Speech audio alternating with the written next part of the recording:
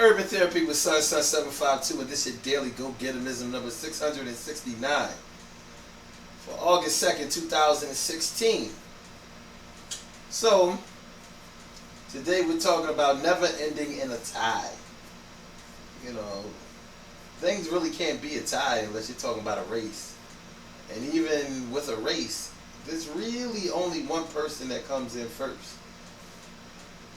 I mean, we can time it, we can look at the pictures and all of that and say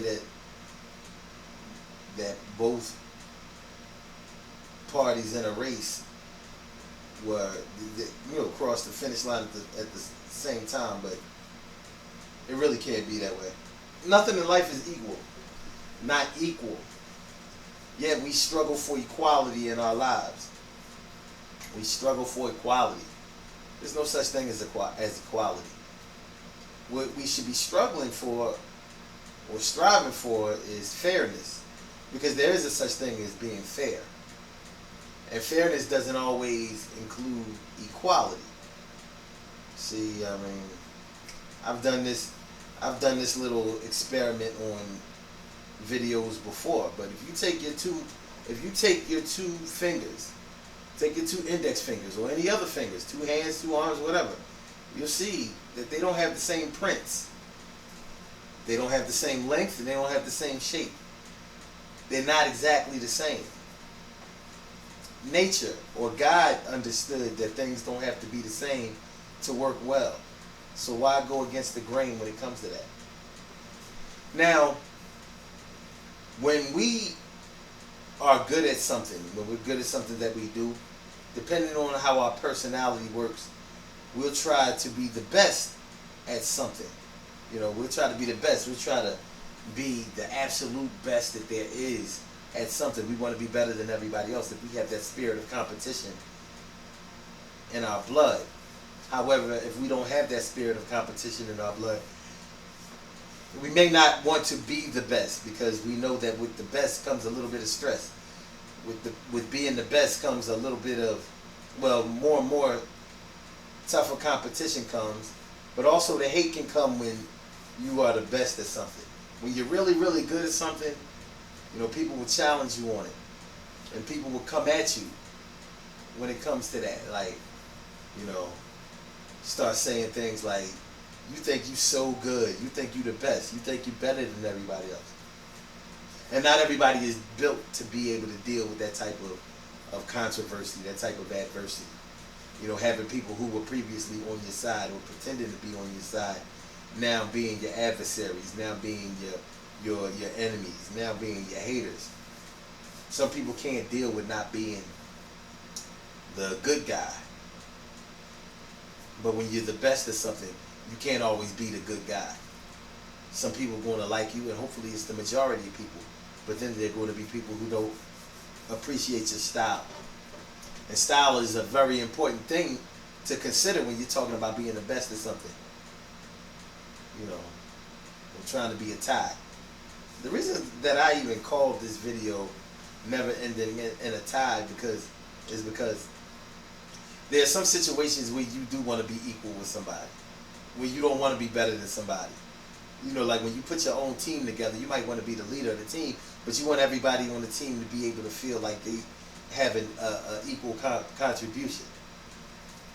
Because when you have a hierarchy system, teamwork sort of breaks down a little bit. Now, in sports, we understand that some athletes are just better than others, so they build teams around that athlete. But if that athlete tries to do everything himself, then he'll alienate the team. So even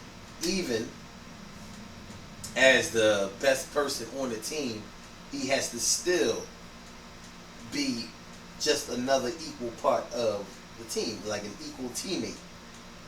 You may be the best player.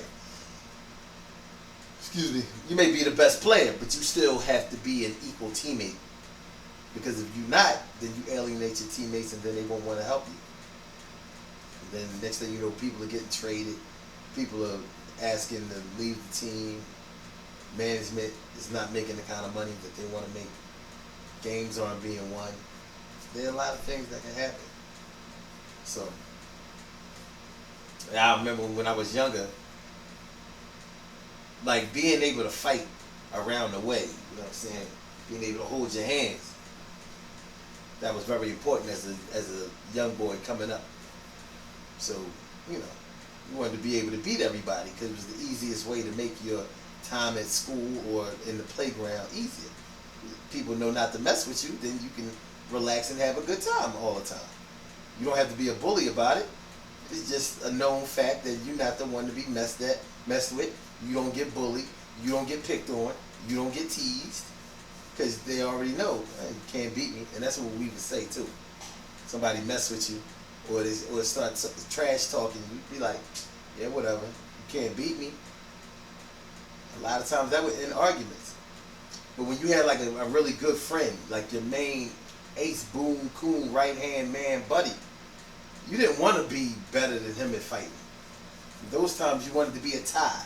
And we would say that. We a tie in fighting. In other words, this is like my brother. He's like my cousin. I can't beat him. He can't beat me. But the truth is, one could beat the other. That was the truth. One could beat the other. But they decided that one wouldn't try to beat the other. And we do that sometimes in our professional lives now, where we don't want to shake up things with our people. So at jobs, even though you may be able to do a job much better than somebody else, maybe somebody else is more sensitive than you are, maybe they have more seniority than you have or something like that. So you kind of give way to them. So you dumb down your skills so that they can have a little bit better. Sometimes you're just dumbing it down as you wait for your turn. So you let somebody else have their turn right now. But you wait to have your turn later. Sometimes you ain't, some people ain't with all that. They be like, you out with the old and with the new. I'm the shit. I'm that new thing. I'm the next best thing. I'm taking everybody's spot. Like, they don't care. You know what I mean? You sheriff in town, they gonna run things. Well, I'll say this.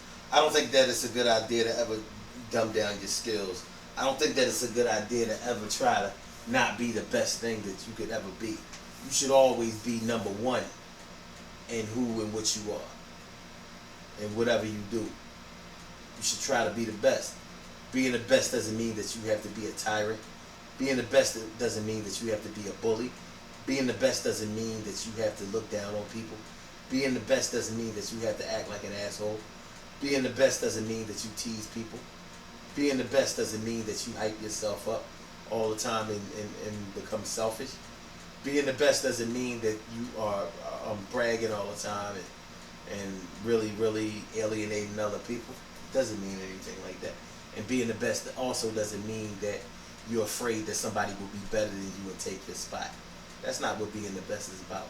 Being the best is all about maximizing your abilities, trying hard and trying to be successful as possible, bringing other people up along with you and being able to provide for those who can't provide for themselves that you may be responsible for, even if you just are taking responsibility for that. So it's a good look. Good things happen to those who wait. Great things happen to those who grind, and anything can happen to those who go for theirs. So go hard, go for yours, and just remember, man, being the best is a good thing. It's always great to be best or better. You can't be the best at something, be better than other people.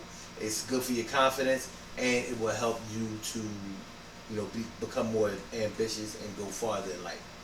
Tomorrow night is the Urban Therapy with Sun Show. Y'all don't want to miss tomorrow night's Urban Therapy with Sun Show. We're talking about the things that you fight for. The things that you fight for and the things that you give up to fight over. So, a lot of times we don't want to admit that we fight for things. There's this attitude going on nowadays that nothing is really worth fighting for. Like, we don't fight for anything. We just sort of get things. More than likely, you fought for something all your life. Some things you have physically fought for. It's unpopular to fight for a loved one, a lover, unless maybe they're your spouse or something like that. You ain't supposed to put your hands on nobody else in order to keep the one that you love. But plenty of people have done it. I'm not saying that that's the best thing to do. But when you're in love, then there are a whole lot of things that you can't explain why you did, but you did them because you were in love. That's what love is. Duh. It's not a big thing. But anyway, there's some things that we deemed not worth fighting for. And so we had to let them things go. And sometimes those things that we let go, we realized that maybe we should have fought for them. So that's what we're going to talk about tomorrow night. The things that we fight for and the things that we give up on. It's going to be on tomorrow night. So make sure y'all check out the Urban Therapy with Sun show tomorrow night, Wednesday, August 3rd, 8:30 p.m. Eastern Standard Time. Call in number 347-677-1533. blogtalkradio.com/Sun752.